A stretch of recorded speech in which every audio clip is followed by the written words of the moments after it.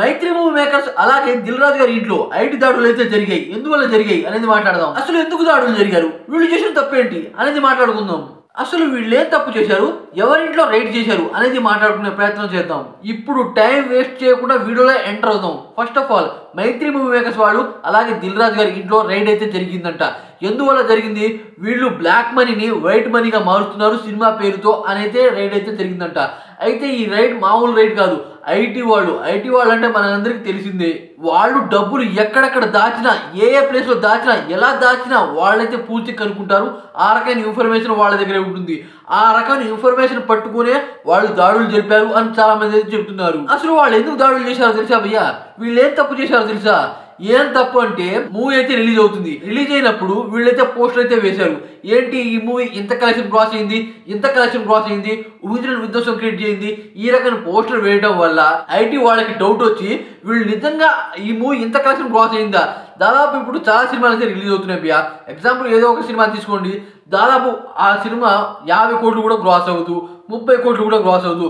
కాకపోతే 100 కోట్లు క్రాస్ అయినట్టు వాళ్ళైతే చూపిస్తారు పోస్టర్లు. ఆ రకంగా వీళ్ళు పోస్టర్ వేయడం వల్ల నేషనల్ నుండి ఇంటర్నేషనల్ న్యూస్ అయింది ఇది.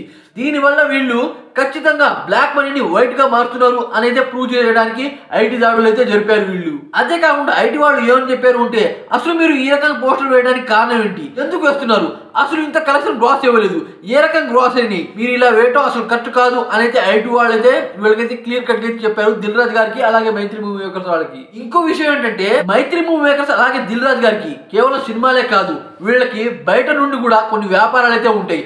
ఆ వ్యాపారాల నుండి డబ్బుల్ని వీళ్ళు ఈ రకంగా వైట్ గా మారుతున్నారు అని చాలా మంది అయితే అనుకుంటున్నారు. ఆ రకంగా రైడ్ అయితే జరిపారు. అదే కాకుండా భయ్యా, దిల్ రాజు గారు అంటే అది మామూలు విషయం కాదు, ఆయన మామూలుడు కాదు, చాలా పెద్ద ప్రొడ్యూసర్ అని చెప్పొచ్చు. అలాగే మైత్రి మూవీస్ వాళ్ళు కూడా చాలా పెద్ద ప్రొడ్యూసర్స్. వీళ్ళ దగ్గర ఊహించిన విధంగా డబ్బులు అయితే ఉంటాయి. అందుకని అనమాట దాదాపు 10 టీములు ఐటీ వాళ్ళు 10 టీములు ప్రమోట్ చేశారు. ఆ 10 టీములు వీళ్ళ బంధువుల దగ్గర, వీళ్ళ చుట్టాల దగ్గర, వీళ్ళ ఇంట్లో ఎక్కడ వీళ్ళకి ఫ్రాంచైజీలు ఎక్కడెక్కడ ఉన్నాయో అన్ని చోట్ల అయితే పంపించారు ఐటీ వాళ్ళు. ఇది మామూలు విషయం కాదు. అయితే ఈ విషయం ఎక్కడ దాకా వెళ్తుందో అనేది చూడాలి. అయితే ఇంకో విషయం ఏంటంటే, ఐటీ వాళ్ళు వీళ్ళకి ఎంతమంది సాయం చేశారు, వీళ్ళు ఎంతమందికి సాయం చేశారు అనేది కూడా పూర్తిగా బయట అయితే లాగుతారంట. అదే కాకుండా రీసెంట్ గా దిల్ రాజు గారి వైఫ్ దగ్గర తన బ్యాంక్ లో మనీ ఎంత ఉంది అని కూడా చెక్ చేశారంట. దిల్ రాజు గారిని హౌస్ అరెస్ట్ అయితే చేశారంట. మైత్రి మూవీ వాళ్ళ దగ్గర ఇప్పుడైతే పోతున్నారు. ఎందుకంటే ఇప్పుడు పుష్ప 2 మూవీ భారీ కలెక్షన్ క్రాస్ అయింది భయ్యా. చెప్పాలంటే 2,000 కోట్ల దగ్గర అయితే వెళ్ళింది.